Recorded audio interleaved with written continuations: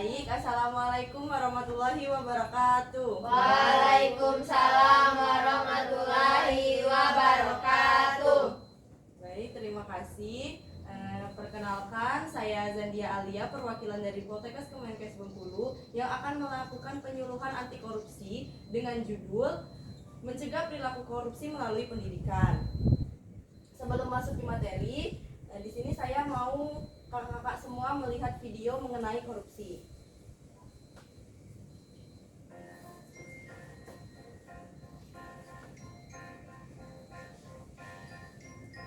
Cik, sebelum pulang kita bayar SPP dulu yuk.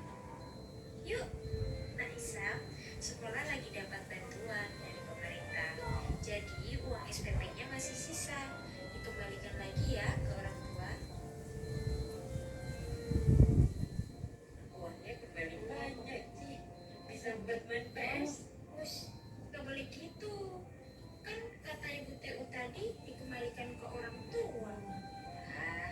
Baik, itu tadi video mengenai korupsi. Jadi korupsi itu bukan sekedar pejabat yang ngambil uang rakyat, tapi dalam video tadi juga itu sudah disebut dengan korupsi ya. Jadi siapa yang udah pernah melakukan korupsi? Astagfirullahaladzim, sama sekali Nggak boleh ya, karena itu perbuatan yang nggak baik. tidak baik. Oke, di sini kakak bakal ngejelasin mengenai definisi korupsi. Korupsi berakar pada bahasa Latin corruption atau dari kata asal corrupte yang berarti busuk, rusak, menggoyahkan, memutarbalik dan menyogok. Nah, dalam terminologis, para ahli memiliki definisi korupsi adalah penyalahgunaan kekuasaan publik untuk keuntungan pribadi. Korupsi juga berarti memungut uang bagi layanan yang sudah seharusnya diberikan atau menggunakan wewenang untuk mencapai tujuan yang tidak sah. Nah, maksud dengan korupsi adalah penyalahgunaan kekuasaan publik untuk keuntungan pribadi. Ini misal kita contohkan dengan misal kalian kuliah kan jauh dari orang tua. Jadi orang tua nggak tahu nih kalian di kuliah itu perlunya apa aja, belinya apa aja. Jadi dosen nggak pernah tuh menyuruh kalian untuk beli buku, tapi kalian bilang sama orang tua kalian bahwa kalian mau beli buku dengan harga yang sangat mahal. Itu juga bisa disebut dengan korupsi karena itu untuk keperluan pribadi. Nah, jenis-jenis korupsi itu yang pertama ada kerugian keuangan negara. Kerugian keuangan negara ini bisa disebut dengan misalnya nih pejabat misalnya nih presiden membuat nak ngomong itu susah nih. Baik, yang pertama itu ada kerugian keuangan negara. Nah, contohnya misalnya ada anggota dewan yang mau buat proyek untuk merapikan jalan, memperbaiki jalan, tapi nggak diperbaiki, padahal dia bilangnya udah ada dananya kan, kita udah tahu udah ada dananya, itu jalan udah mau dibenerin, tapi sampai sekarang nggak dibenerin. Itu termasuk dalam kerugian negara karena uangnya diambil sama pejabat. Nah, selanjutnya itu ada suap menyuap. Nah, di sini ada yang tahu apa itu suap menyuap?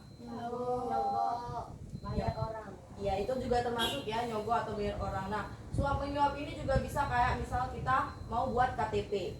Kita mau buat KTP pasti maunya cepet, sehari jadi, 2 hari jadi gitu kan, nggak mau yang lama-lama. Terus kita punya nih orang dalam, kita sogok lah orang dalam itu, kita suap, kita kasih uangnya banyak biar KTP kita cepat selesai. Nah, yang selanjutnya ada penggelapan dalam jabatan. Nah, penggelapan dalam jabatan ini hampir sama ya, sama kayak kerugian uang negara, yaitu biasanya anggota dewan atau pejabat yang menggelapi uang.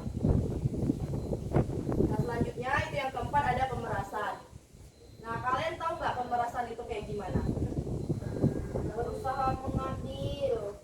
Ya, berusaha mengambil yang bukan hak dia ya. Kayak misalnya di sekolah, biasanya anak-anak sekolah sering segeng-geng gitu kan, terus merundung yang lebih lemah dari dia, yang lemah diambil uangnya dipaksa. Nah, itu juga termasuk dalam pemerasan.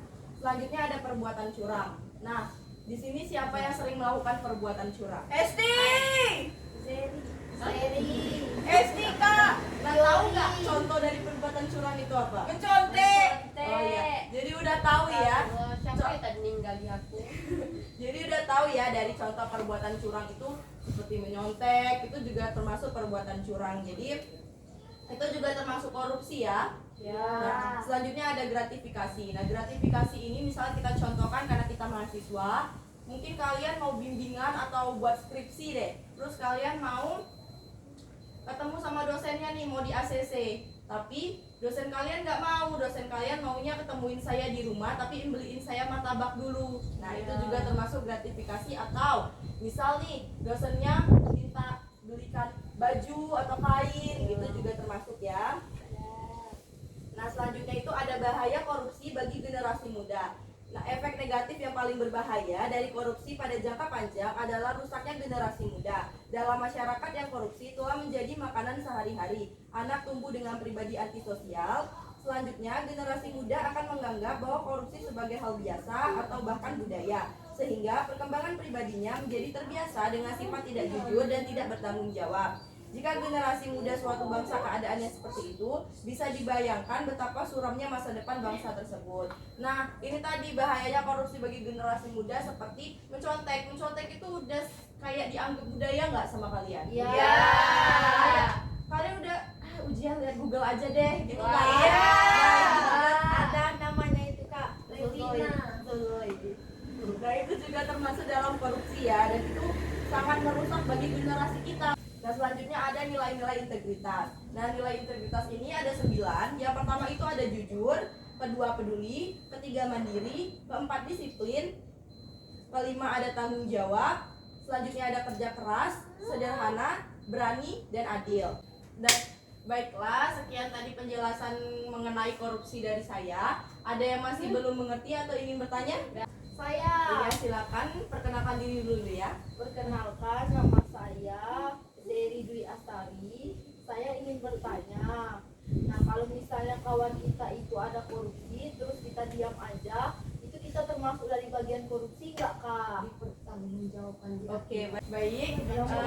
Saya jawab ya pertanyaannya tadi. Ayo, Ra, jawab. Nanya nyumbit Kok selesai ya, Misko? Baik. Kalau gitu langsung saya jawab ya. Sebenarnya kalau kita tahu nih teman kita melakukan korupsi tapi kita nggak memberitahu, sama aja kayak misalnya kalau kita menyontek. Kita tahu teman kita menyontek tapi kita diem aja tuh gimana? berdosa. Ya gitu kan. Memang bukan termasuk bagian dari kalau dia melakukan korupsi juga tuh enggak. Tapi termasuk juga dia pasti merasa itu nggak benar. Iya kan? Nah, Iya. sebagai teman kita juga harus saling mengingatkan dia bahwa itu tuh perilaku yang nggak baik, bahwa itu tuh nggak benar, itu termasuk juga dalam korupsi. Iya.